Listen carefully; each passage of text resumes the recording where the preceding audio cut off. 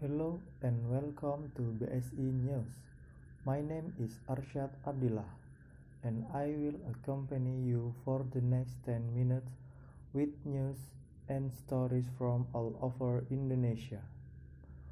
For the first story, we begin with stories from economy sector. The President Joko Widodo asked for university to cooperate with their nearby industrial areas. The cooperation consists of many kinds, such as the establishment of facility or study program with similar character with the industries in the area nearby. He said that cooperation with this industrial area is listed to give work experience for the students. Also, he hoped that such cooperation could increase the development of technology for the industries. Before, Jokowi admits to be optimistic that Indonesia could become a high-income country by 2045. Exactly 1 century after the independence, the optimism is based after Indonesia's recent achievement from middle-income country to upper-middle-income country.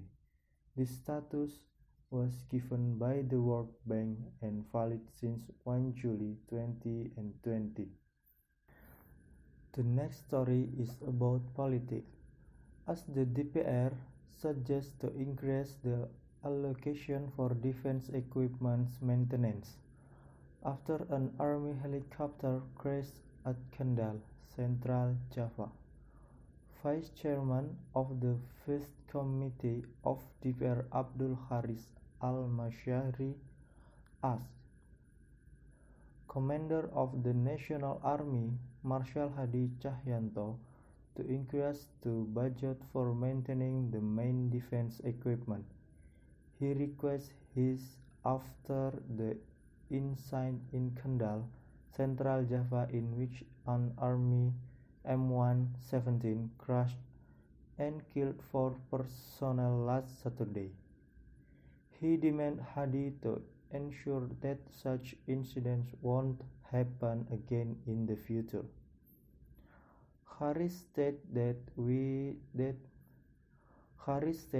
this was the second time that a helicopter of this kind crashed. The last crash was in Papua at 2019. He urged the Defense Ministry and Marshal Hadi to carry out a thorough and quick investigation, then give the report to the First Committee of DPR. Our next story is about the situation of COVID-19 pandemic. Recently, the government has announced a new normal policy to revitalize the economical sector of Indonesia. Thus, the social limitation policy in many regions will be lifted, but the expert warned that a spike of cases could happen if social limitation is lifted. The department head of FKM UI, Dr. Trimiko Wahyono, suggests that the government should not lift the social limitation policy while the rates of positive cases are still high. According to him, the prediction of the peak of pandemic in Indonesia could be off for much longer, especially that there aren't any clear rules regarding the lifting of social limitation. He reminded that a significant spike of cases could happen if social limitation is lifted, even more so because the rise of cases in Indonesia is still pretty high today. The next news is about sports. Liga Indonesia 1 is planning to continue the Liga 1 2020.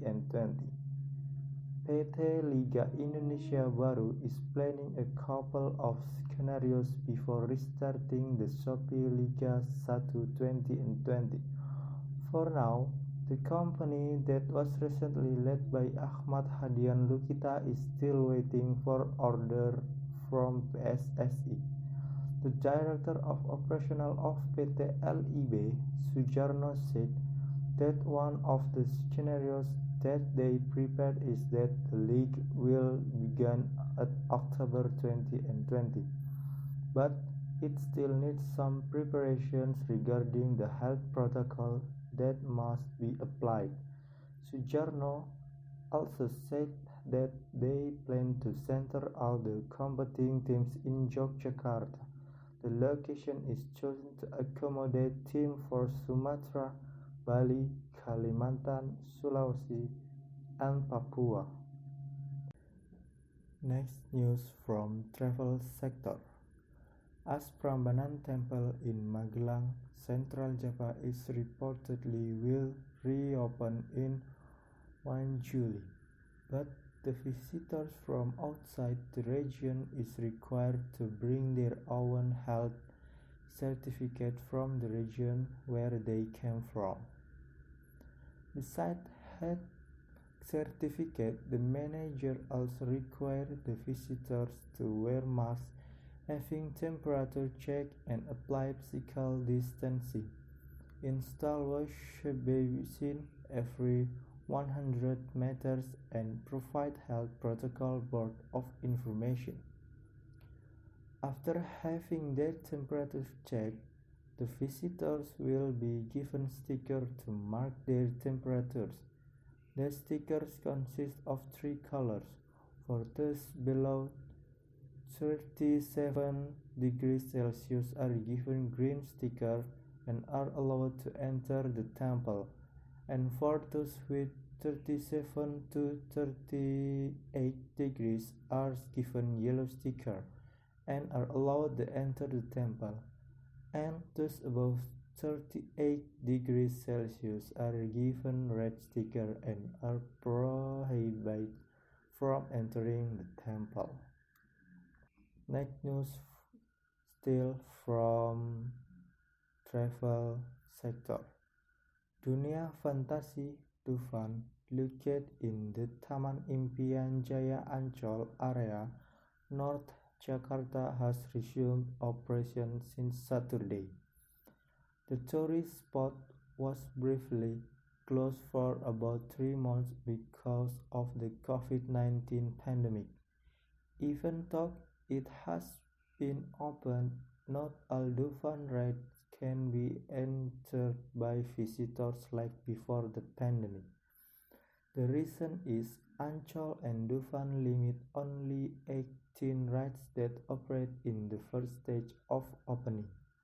According to Tugas Corporate Communication Dept Head Rika Lestari, there are 20 Dufan rides that are still in operation today.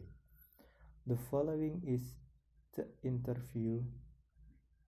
Rika says there are 18 rides has been operating.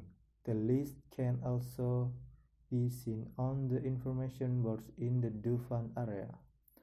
As for rides that are still closed, for example Ice Age, Tornado, Game Station, and many more. PSI News had the opportunity to see firsthand some of the rides that were closed and test the rides that were still operating on Saturday, 27 June of 2020. Here are 18 Dufan rides that were still operating during the corona pandemic. First, Kereta Misteri, Niagara-Gara, Istana Boneka, Alap-Alap, Tornado, Turangga-Rangga, Biang Lala Gajah, Beleduk Kora-Kora, Histeria, New Ontang-Anting, Paralayang, Turbo Drop, Kolibri, Baling-Baling, Raja Wali, Arung Jeram, Halilintar, and last Simulator. From the monitoring, 18 of these rides implement the COVID-19 protocol before visitors can use it. The health protocol applied must be followed by office and visitor. For example, before riding the ride, the visitors were given a hand sanitizer spray by the officers. Visitors are also required to wear a mask before, during, and after leaving the rides. Meanwhile, officers appear wearing masks complete with face shields and gloves.